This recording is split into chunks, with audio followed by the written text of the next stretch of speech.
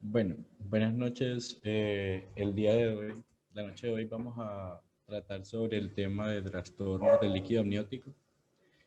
Y el contenido pues, de esta charla va a abarcar primero las generalidades, luego vamos a ver la medida, la valoración del líquido amniótico y después vamos a ver pues, las dos distintas patologías referentes a que son el oligohidramnios y el polihidramnios. Entonces, dentro de las generalidades, vemos que el líquido amniótico pues, es un líquido producido desde el primer momento del embarazo y sirve o está funcionando para bañar todo el feto. Y eso no solamente hace que eh, esté como protegiéndolo, sino que también cumple un papel fundamental como en el desarrollo del feto. También hace que los tractos respiratorios y gastrointestinales se desarrollen de manera correcta y también el sistema musculoesquelético. Como decía, cumple la función de proteger el feto, amortiguando pues, traumas físicos o movimientos muy exagerados y también proporcionan una barrera contra la infección en un ambiente termorregulado. Entonces, pues ahí vemos una pequeña ecografía y el espacio oscuro era como el líquido amniótico. Hay que tener esto muy claro y recordarlo porque esto nos va a servir mucho para abordar como el tema de polihidramios, y es que la cantidad total de líquido amniótico eh, tiene o es el resultado del balance entre su producción y también su eliminación. ¿Cuáles son las propiedades físicas del líquido amniótico? Tiene una densidad de 1.006 gramos por centímetro cúbico, un pH que oscila entre 7.1 y 7.2 y con la evolución del transcurso del embarazo pues llega a tener un pH de 7.3 antes de las 24 semanas, una viscosidad de 1 metro cuadrado sobre, no recuerdo esa unidad de medida. Agua contiene 96.4% de agua y pues esa composición de agua se mantiene a lo largo de toda la gestación. Una presión de oxígeno de 6 milímetros de mercurio y conserva pues hasta las 12 semanas unos 12 milímetros de mercurio. Una presión de dióxido de carbono de entre 50 a 55 milímetros de mercurio y pues cuando inicia el embarazo tiene un poco menos de esa presión. Entonces, ¿qué pasa con la formación? La formación pues comienza desde la primera semana hasta la octava semana con un trasudado en el primer trimestre. Con un trasudado y ese pronto empieza pues a evolucionar hasta la semana 17 y a partir de la semana 18 pues en el segundo trimestre más que todo el feto va a cumplir una función muy importante de producir ese líquido amniótico. Vemos que en el primer trimestre, entonces, como existen mecanismos que transportan el agua y pequeñas moléculas a través del amnios y la piel fetal, eh, hay también como una composición muy similar al líquido extracelular y es porque, pues, empezando la formación de ese líquido amniótico, pues, no hay como tantos de los ingredientes que se acumulan dentro del. Y hacia el segundo trimestre, pues, como comentaba, la formación del líquido amniótico por parte del feto es como parte de un mecanismo de eglución y de eliminación renal de líquidos por parte del feto.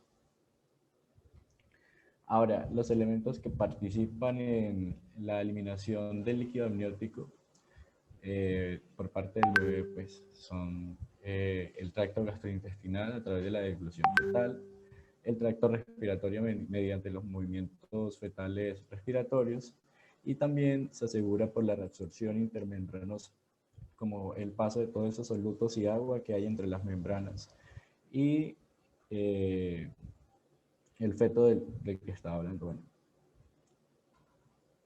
Ahora, tenemos unos valores que son fundamentales para entender pues cómo el mismo, por medio de la deglución y los mecanismos de eliminación renal, orina o degluta ciertas cantidades y de ahí se obtiene el balance que está totalmente, pues, tiene que estar en un valor estándar para que el mismo esté bien o no haya un polihidramios. Pero eso lo vamos a ver más adelante. Entonces, la orina fetal está de 800 a 1200 mililitros al día. Si vemos cuántas secreciones de líquido pulmonar fetal hay, son 170 mililitros al día. Secreciones nasales y orales 25 mililitros al día. Y miren que aquí en la deglución fetal va de medio litro a 1 litro al día, en comparación pues a lo que está orinando. De ahí hay un balance. El flujo intermembranoso o los flujos, bueno, a través de las membranas, el intermembranoso va de 200 a 400 mililitros al día y el flujo transmembranoso de 10 mililitros al día.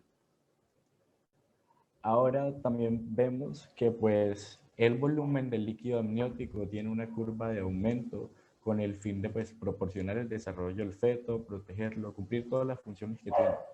Y él, a medida que va transcurriendo el embarazo, va tomando mucho más volumen por su producción. Vemos que, por ejemplo, ya hacia la semana 16 hay 200 mililitros de líquido amniótico en un feto que pesa 100 gramos. Pero ocurre que más o menos hasta la semana 34 y ya cuando se está terminando la gestación, esta producción de líquido amniótico y el volumen empiezan a decrecer, se empiezan a activar los mecanismos de eliminación del mismo. Y que vemos que ya, por ejemplo, cuando hay un embarazo prolongado, por ejemplo, de 40 semanas, con un feto de hasta más de 3 kilos, hay muy poco líquido amniótico en comparación al que habría normalmente. Hay 800 mililitros. Ahora vamos a ver cómo se valora el líquido amniótico.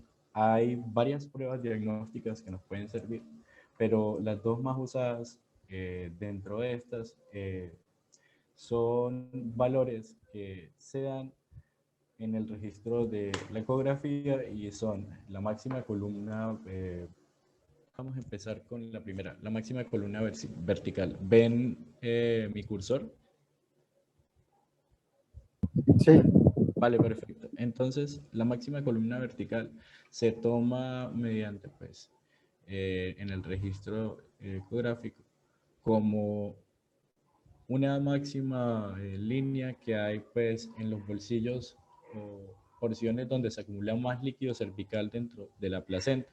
Entonces, vemos aquí que el lado contrario del dorso del feto es una gran porción para tomar la máxima columna vertical.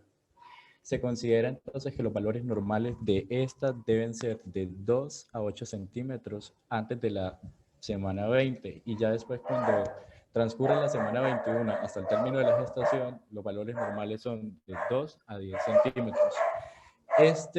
La máxima columna vertical, es un método muy útil para evaluar el líquido amniótico en gestaciones múltiples. Ahora tenemos también el índice de líquido amniótico. Este se hace, bueno, partiendo, como en el método de Phelan, en 4 cuadrantes la placenta, pasando pues una línea vertical, otra transversal, longitudinal, y de ahí en cada 40 vamos a buscar, disculpen, en cada cuadrante vamos a buscar la máxima columna vertical o el bolsillo de mayor proporción donde se está acumulando el líquido amniótico. Luego de eso, pues se suman los cuatro y va a dar un valor. Y el valor va a dar entre 5 a 23 centímetros de sumatoria. Bueno, el resultado. Disculpen.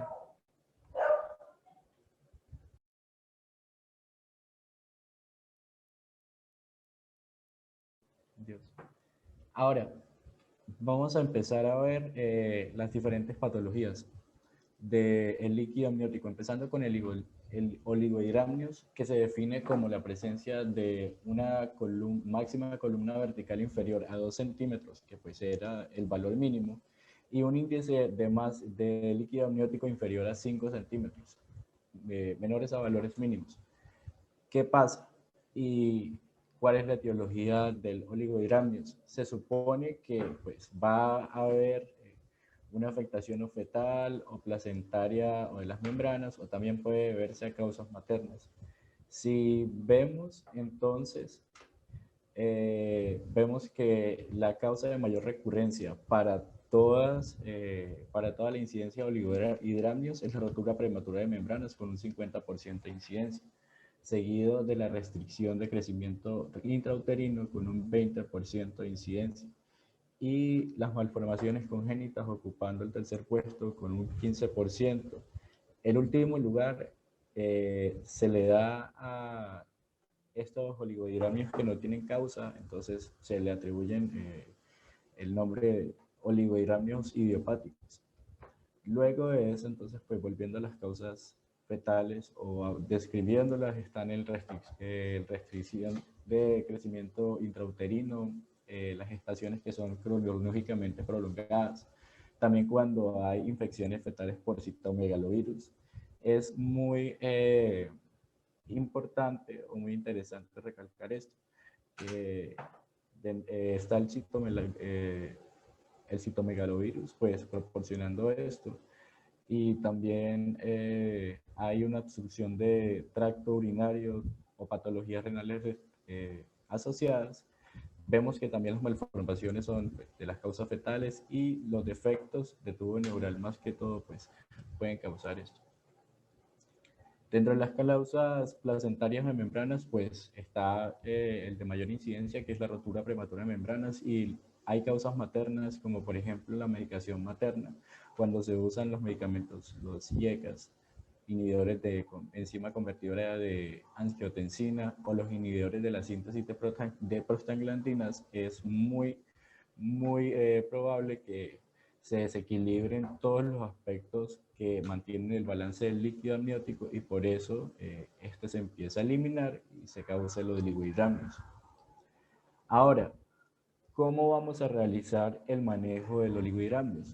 O una anamnesis correcta, un protocolo de estudio correcto. Vamos entonces a empezar en la anamnesis a preguntar el motivo de consulta, la enfermedad actual, todos los antecedentes, y nos vamos a basar mucho sobre los antecedentes medicamentosos, preguntando a la paciente si ha tomado IECAS, o si ha tomado o está tomando inhibidores de la síntesis de prostaglandinas. Si es así, entonces vamos a irnos posteriormente a hacer evaluación de si hay restricción de ductus arteriosos, y eso se hace con un ecocardio funcional. Se van a mirar pues más que todo eso, porque pues estos pueden afectar a sí. Si no es así, entonces vamos a tomar la tensión arterial. Si está mayor a 140/90, entonces aplicamos los protocolos de hipertensión al embarazo. Si no tiene la presión arterial alta, entonces vamos a ver si hay evidencia de hidrorrea, y vamos a hacer una exploración vaginal. Si hay una hidrorrea franca, entonces vamos a hacer el protocolo de ruptura prematura de membranas. Y así con todo, luego aplicando pues el Doppler, vamos a ver si hay restricción de crecimiento intrauterino. Y si es así, pues entonces se hacen análisis posteriores con pruebas invasivas. También vamos a ver y vamos a pedir serologías maternales para citomegalovirus. Y así, pues vemos cómo hacemos un diagnóstico etiológico con todas las posibles causas de mayor recurrencia o incidencia. Luego se le da un manejo clínico a cada una y entonces eso era lo que estábamos diciendo. En el caso de los inhibidores de la síntesis de prostaglandinas y EYECAS, vamos a valorar el ductus arterioso y el flujo tricuspidio, y así con todos como estaba en el flujograma. Luego vamos a hacer un manejo anteparto. ¿Qué va a pasar? En la realización semanal se va a hacer un estudio Doppler y se va a hacer monitoreo fetal cada semana a partir de las 28 semanas. Y también se va a mirar o se va a estimar el peso fetal cada 2 semanas hasta el momento del parto. Cuando vemos que el monitoreo fetal es patológico, entonces vamos a ver si se puede hacer una finalización de la gestación, y si el Doppler pues también sale patológico, entonces se finaliza la gestación o se desembaraza la paciente según el protocolo de restricción de crecimiento intrauterino. Ahora, ¿cómo se realiza la finalización de la gestación? Se tiene una conducta expectante hasta las 37 semanas, que pues es cuando empieza el periodo óptimo para desembarazar las pacientes normalmente. Y se indica la misma si no hay contraindicación para el uso de prostaglandinas, se usa normalmente. Y será de uso preferido la prostaglandina E2 o dinoprostona, que tiene una liberación controlada en la inserción, como en inserción vaginal de 10 miligramos. Ahora, para manejar el parto, pues se realiza monitorización continua, se tiene que informar que pues hay un mayor riesgo de realizar una cesárea por una pérdida del bienestar fetal intraparto, entonces pues se prefiere hacer cesárea. Y también se hacen angioinfusiones en aquellas pacientes que pues tienen alteraciones de registro. O existe registro, pues, no sé, o evidencia de aguas meconiales, o si hay meconio dentro, para como lavar. Ahora, para tratar el polidramnios, vemos que es la acumulación excesiva de líquido amniótico. Pues precisamente se debe a lo que yo decía, que era una patología que existe debido al desequilibrio de la formación y eliminación de líquido amniótico. Su diagnóstico se basa pues en la máxima columna vertical y en el índice de líquido amniótico, y hay unos grados de severidad para estos. Polidramnios leve cuando existe una máxima columna vertical de 8 a 11.9 y un índice de líquido amniótico de 24 a 29.9. Polidramnios moderado cuando está de 12 a 15.9 y en un índice de líquido amniótico de 30 a 34.9. Polidramnio severo cuando en la máxima columna vertical supera los 16 y el índice de líquido amniótico es igual o mayor a 35. Ahora, ¿cuál es la etiología del polidramnios? Como lo decía, el desequilibrio, y también vemos que más que todo hay muchas causas fetales que dan esto, más que todo las causas gastrointestinales o las afectaciones del sistema nervioso. También se conocen causas infecciosas, pero bueno, volviendo como las alteraciones gastrointestinales que son muy comunes, más que todo las atresias, que se pueden producir a veces en las trisomías 13, 18, 21, el onfaloncocele y la gastroquisis. Defectos del tubo neural, como, también anencefalia y más que todo causas infecciosas, pues por parvovirus P19, citomegalovirus, toxoplasma y sífilis. Bueno, les voy a mostrar otro cuadro que había de pues, las causas fetales de polidramnios, y en ese artículo hablaban que las causas se debían a defectos de la deglución o exceso de producción urinaria. Y vemos cómo pues están las atresias en las obstrucciones, si también había defectos de la devolución de índole neuromuscular, entonces veía que habían distrofias miotónicas o artrogriposis. Y también vemos evidencias como defectos que eran craniofaciales y causaban el oligodriamios solamente porque el feto pues, no podía deglutir bien, como por ejemplo la microretronáctea o la fisura del labio palatino. Bueno, siguiendo, ahora, ¿cómo se debe evaluar o manejar el polidramnios?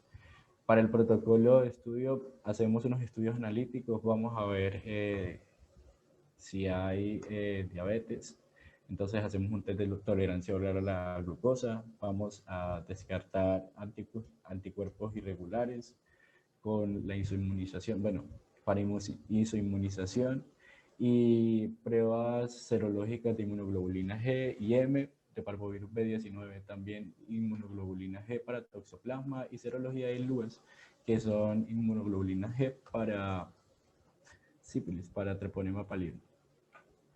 Estudio ecográfico, entonces con este se descarta la patología malformativa y siempre se debe valorar el peso fetal estimado. También se valora la actitud fetal y la presencia de movimientos. Y también se realiza estudio del líquido amniótico para valorar el cariotipo, estudio de infecciones en líquido amnióticos y las serologías maternas sugestivas pues están positivas, PCR de toxoplasma y de parvovirus 19. Estudio de iones para descartar tubulopatías también, la prueba de cloro para descartar, bueno, y si salen los valores elevados, pues entonces se debe mandar también una prueba de aldosterona para descartar pues el síndrome de Bartter. Aquí hay el protocolo de estudio, entonces se empieza con la anamnesis y de ahí pues se van a valorar signos de malestar materno como disnea y también se realiza el estudio ecocardiográfico con todos los parámetros de los que yo había hablado ahora, el estudio analítico y que el estudio de líquido amniótico, pues se hace estudio genético con un array o cariotipo. También se estudian infecciones con el PCR y el estudio de iones si hay sospecha de una poliuria fetal. Bueno, si todo sale negativo, entonces la causa también pues se le atribuye que puede ser idiopática. Ahora, ¿cómo se hace el seguimiento? Si, por ejemplo, entonces esto va con valores de índice de líquido amniótico. Cuando el valor de índice de líquido amniótico va de 18 a 24, que es el limitador alto de lo normal, se descarta una anomalía estructural. Entonces también se hacen control en 2 semanas para evaluar la evolución del mismo.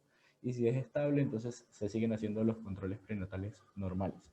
Si el índice de líquido amniótico va de 25 a 29, entonces lo que se debe hacer es realizar un estudio escrito de la longitud cervical y también se hace un control a la semana para valorar los resultados de estudio y la evolución del mismo polidramnios. Si se volvió estable o está estable, pues entonces se hace un control las 2 semanas y se hace, si todo sigue normal, pues sigue el control prenatal como estaba.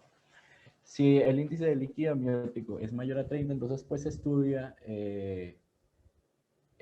por medio de que la longitud cervical y se valora un amniodrenaje ¿para qué? Para valor. Y valorar también una prueba de PCR para ver si hay infecciones o algo así. Luego se hace un control a la semana.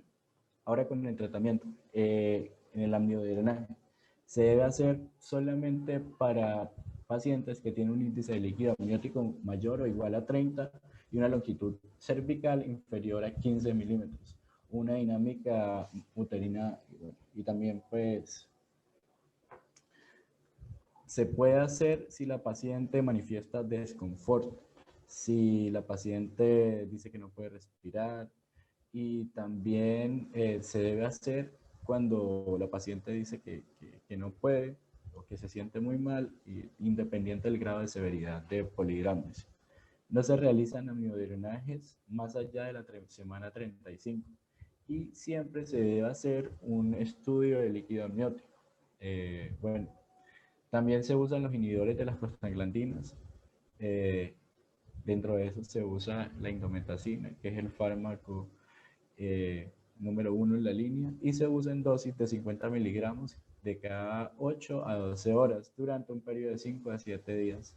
Esto puede ocasionar un cierre prematuro del ductus arterioso, y eso es muy importante porque entonces es más indicado darlo hasta la semana 32, y ya la semana 32 no se recomienda mucho su uso porque pues, puede haber una restricción de ductus arteriosos.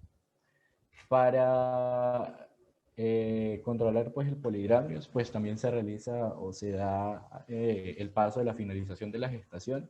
Entonces se da pues, cuando hay finalización de la gestación sintomática a partir de las 37 semanas, que es lo ideal, y asintomática, pues cuando hay una gestación de alto riesgo y nosotros necesitamos desembarazar a la paciente para que no juegue en riesgo su vida.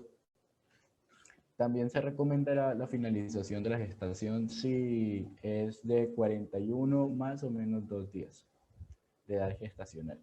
Y gracias, eso fue todo.